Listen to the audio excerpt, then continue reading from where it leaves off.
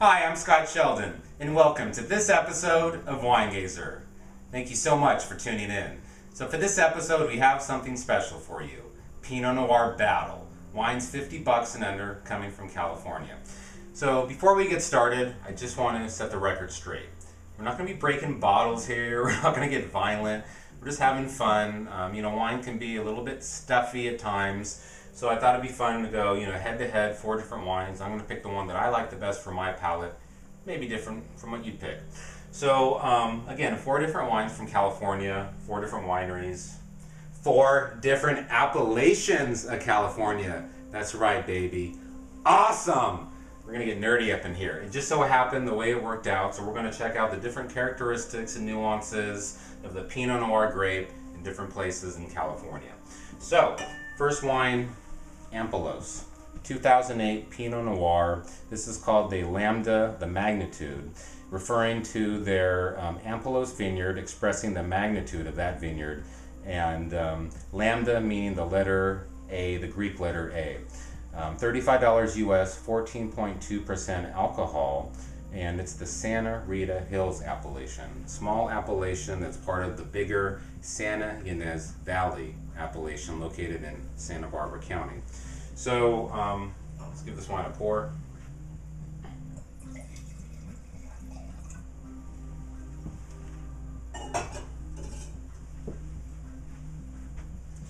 Take a look at the color. Nice medium ruby, nice and clear. Let's give it a smell.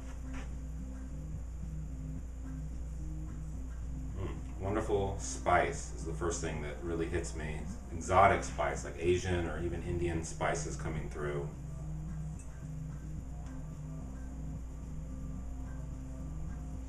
Cherry cola, a little bit of oakiness, a little bit of vanilla action.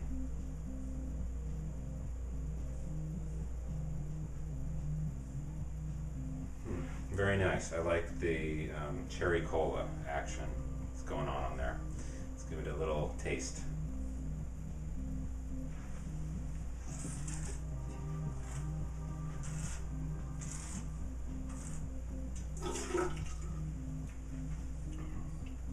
So the spice continues with this wine.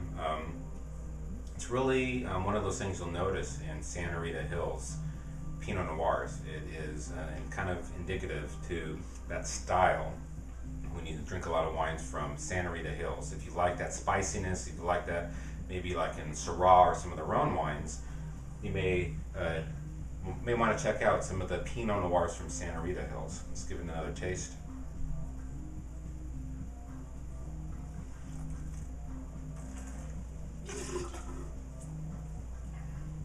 So, wow, the mid palate on this wine is legit. It is solid.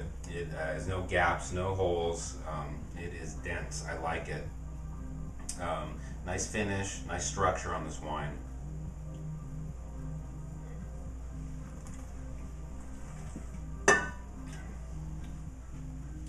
It's beautiful cherry, sour fruit. Wow, I like this wine a lot. I like the region a lot. Santa Barbara County. Excuse me, you might have saw episode 14 where we did a little spotlight on that area. A lot of exciting stuff going on in Santa Barbara County. I'm going 91 points on the Ampelos. And what's interesting about Santa Rita Hills, the majority of the vineyards there, they're only like 20 years old.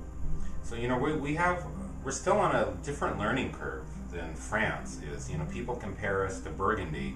They've been making Pinot for like 2,000 years. We still got that learning curve. We got a lot to learn. We're still exploring, figuring out where the places are that that grape really excels. And 20 years ago, there weren't very many good Pinot Noirs, so I got to hand it to the producers. They are doing a great job. So excellent start to the show. Great first wine. And wine number 2, coming from Laetitia. So now we're going to move into the Central Coast AVA. And in particular, this is the Arroyo Grande Valley AVA. And it's a 2010 Pinot Noir, the Reserve du Domaine, $40 US, 14.3% alcohol. Eric Hickey is the winemaker. A couple interesting facts on the bottle. They're located, the vineyard's 3 miles from Pacific Ocean. A very maritime climate, actually the coolest grape growing region in California. 100% French oak, 40% new, 60% neutral, 11 months in barrel aging. And basically reserve du domaine means that they pick the best of the barrels to make this particular cuvee as opposed to their normal estate Pinot Noir. So again, just the best of the best. So excited to try this, and also the fact that, you know, Arroyo Grande Valley, part of the larger Central Coast AVA, like I said, and it's actually San Luis Obispo County. It's a little bit further north now. We're heading from Santa Barbara. Let's give it a smell. Excuse me. Quick peek. Darker ruby in color, still reddish. Give it a smell. So really dark fruits on the nose. I'm picking up a lot of like dark overripe plum, dark blackberries. Picking up that French oak, a little bit of vanilla.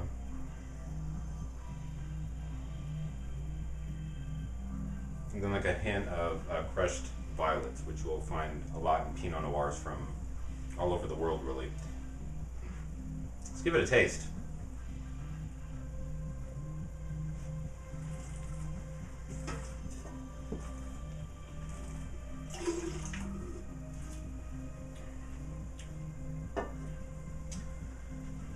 So right off the bat, I'm noticing the acidity on this wine.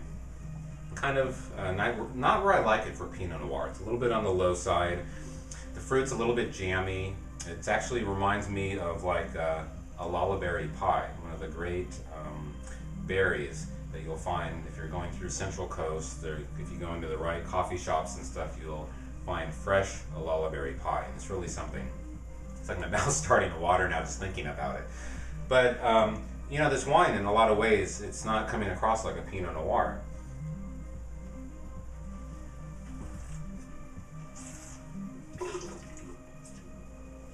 I mean, it's almost reminds me of Zinfandel a little bit. Jammy fruit, a little bit of dried fruit. Nice wine though, good structure, really nice velvety mouthfeel. So I'm not saying that you don't check it out. For my palate, it's not really what I like in Pinot Noir. It's a little too heavy for me. Definitely a big boy. I mean, this will go great, you know, with a nice New York steak. I'm going 89 points on the Letitia. So what's interesting is when I started calling some people, you know, to do the show, started talking to different wineries, and you know, I'm like, hey, I'm doing a battle. I'm just trying to have some fun, and you know, I got some different responses. I mean, some people, you know, they're like, battle? Like, oh, I don't want to be in any battle. And then some people, they were like, oh, we're more of the peaceful warrior over here. And, you know, I just thought it was funny. Petit Syrah, we did a Petit Syrah battle, and those guys, they were just like, I'm down. Where do you want me to send the wine? Come on, let's go. You want to dance? What's up? I mean, definitely seemed like a more rough bunch. I don't know. But just, again, just having fun here. Wine number 3, coming from Calera, great producer of Pinot Noir. And 2009 Mount Harlan Pinot Noir rolls in at $35 US, 14.4% alcohol. And it's interesting, Mount Harlan AVA, it's again part of that bigger Central Coast AVA. And in this case, it is, what is it? It's actually, what is the county that it's in? I'm drawing a blank here. I can't remember what county Calera is in, Mount Harlan. San Benito County, excuse me. Anyhow, so with that being aside, the interesting story, Josh Jensen, you know, he came into California looking to plant Pinot Noir in the mid-70s, looking for a spot that had some similar characteristics to Burgundy, you know, limestone soil, you know, high elevation, some of the different cool climate. And Mount Harlan is where he decided, he actually found an area that used to be an old lime kiln where they used to, mine for lime. And Calera is actually the Spanish name for lime kiln. So that's where he, basically started making his Pinot Noirs and petitioned the, I think it's like the FDA or the Department of Alcohol and Firearms, Alcohol and Firearms, to get Mount Harlan designated as its own AVA. He's actually the only commercial winery in Mount Harlan. So just kind of interesting, nerdy stuff. Sorry if I went off the topic a little bit too much. But Josh Jensen, cool guy, pour that up. And another cool thing about Calera, let me show you this. One of the few people who use glass corks, which I think are very sexy. One of the few alternative closures that, to me, don't really have any negative stigma attached to them as like corkscrews and some of the other, devices. I think they're really classy, sexy closures, in my opinion. So, take a peek at this wine. Medium ruby color. Let's give it a smell.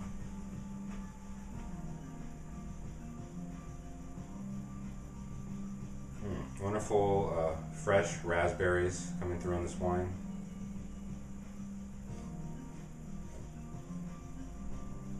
Again, crushed violets as well. Kind of actually like a potpourri of, a potpourri rather, of crushed like wildflowers. Some more spice box, a little bit of like black tea coming through. Very interesting nose on this wine. Let's give it another smell.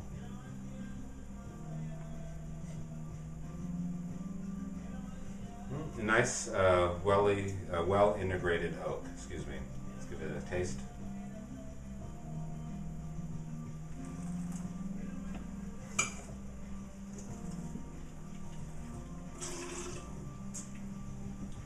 I'm going to show you again on the label here. The little logo here, it's actually, that's a kiln where they bake that limestone, where they manufacture it, the lime kiln. So, nice white chocolate actually coming through, nice berries on the palate.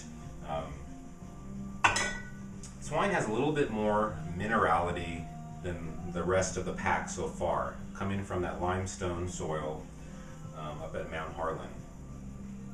Let's give it another taste.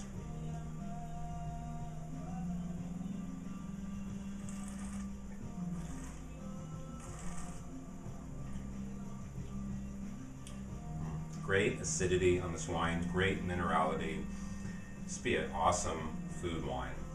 That combination of high acidity and that minerality. Nice finish on this wine, nice structure, nice mouthfeel, beautiful raspberry, cherry, tart flavors coming through. 91 points on the Calera, my score on that wine. And talk about food pairings, Pinot Noir, some classic ones, mushrooms, duck, salmon, ahi tuna, steak.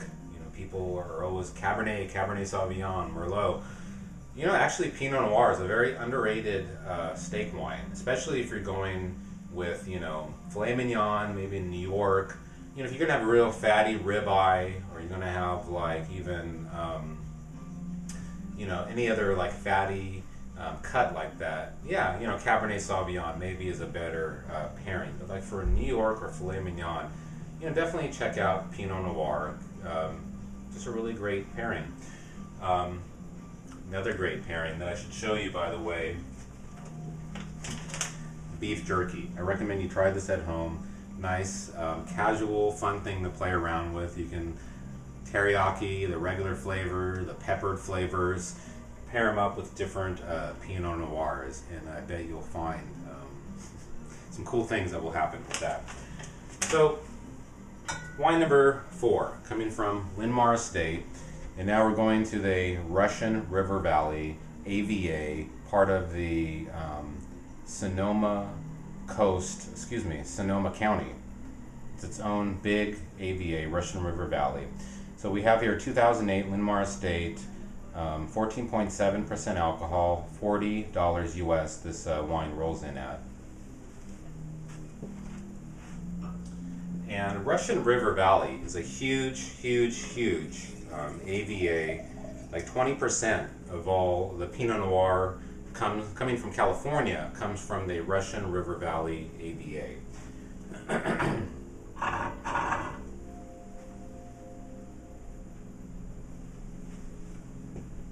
Check it out, nice ruby color again.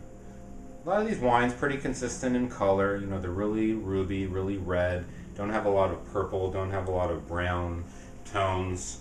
Pretty consistent in their color, just a little bit of difference in the density, the darkness of that color.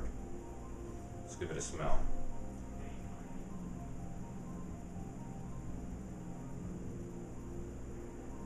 So we definitely have some different things happening here. I mean, some of the same, but some new things coming to the aromas. There's like a little bit of a minty, like eucalyptus component that's happening that I really like.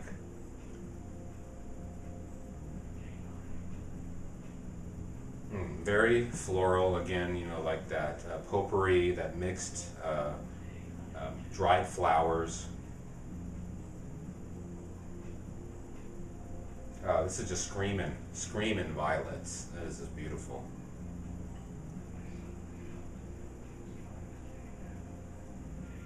Man, and just like totally fresh, ripe raspberries. I mean, just jumping out of the glass. Beautiful cherries and some pomegranate coming through. This nose is really incredible. Let's give it a taste.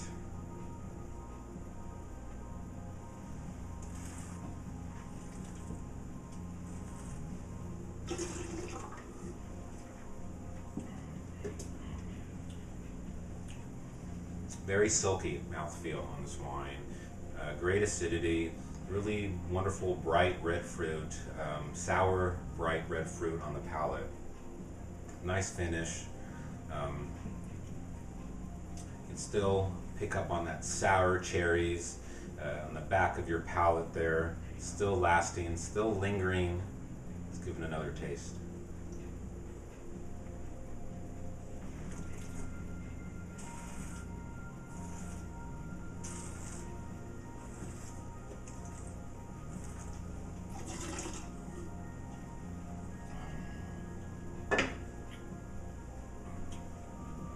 Wow, just a dynamite explosion of fruit and acid in your mouth, and just that little bit of round tannins just to kind of balance things out. I mean, this wine is really balanced well, and I'm going 93 points. This wine is serious, and you know, like I said, this is a battle. In my opinion, Ampelos, Linmar Estate were the winners for my palate. They really have that bright, lovely fruit.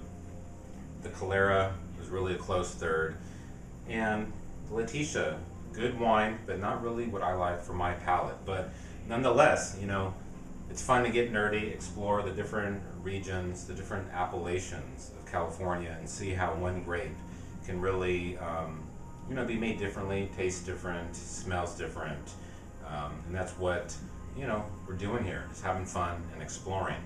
So I guess I should try a little bit of the beef jerky before the episode is over.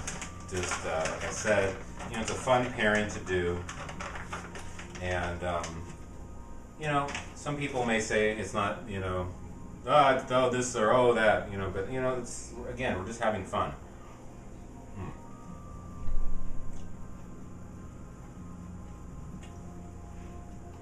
Wonderful meaty, gamey flavor of the jerky, a little bit of sweetness.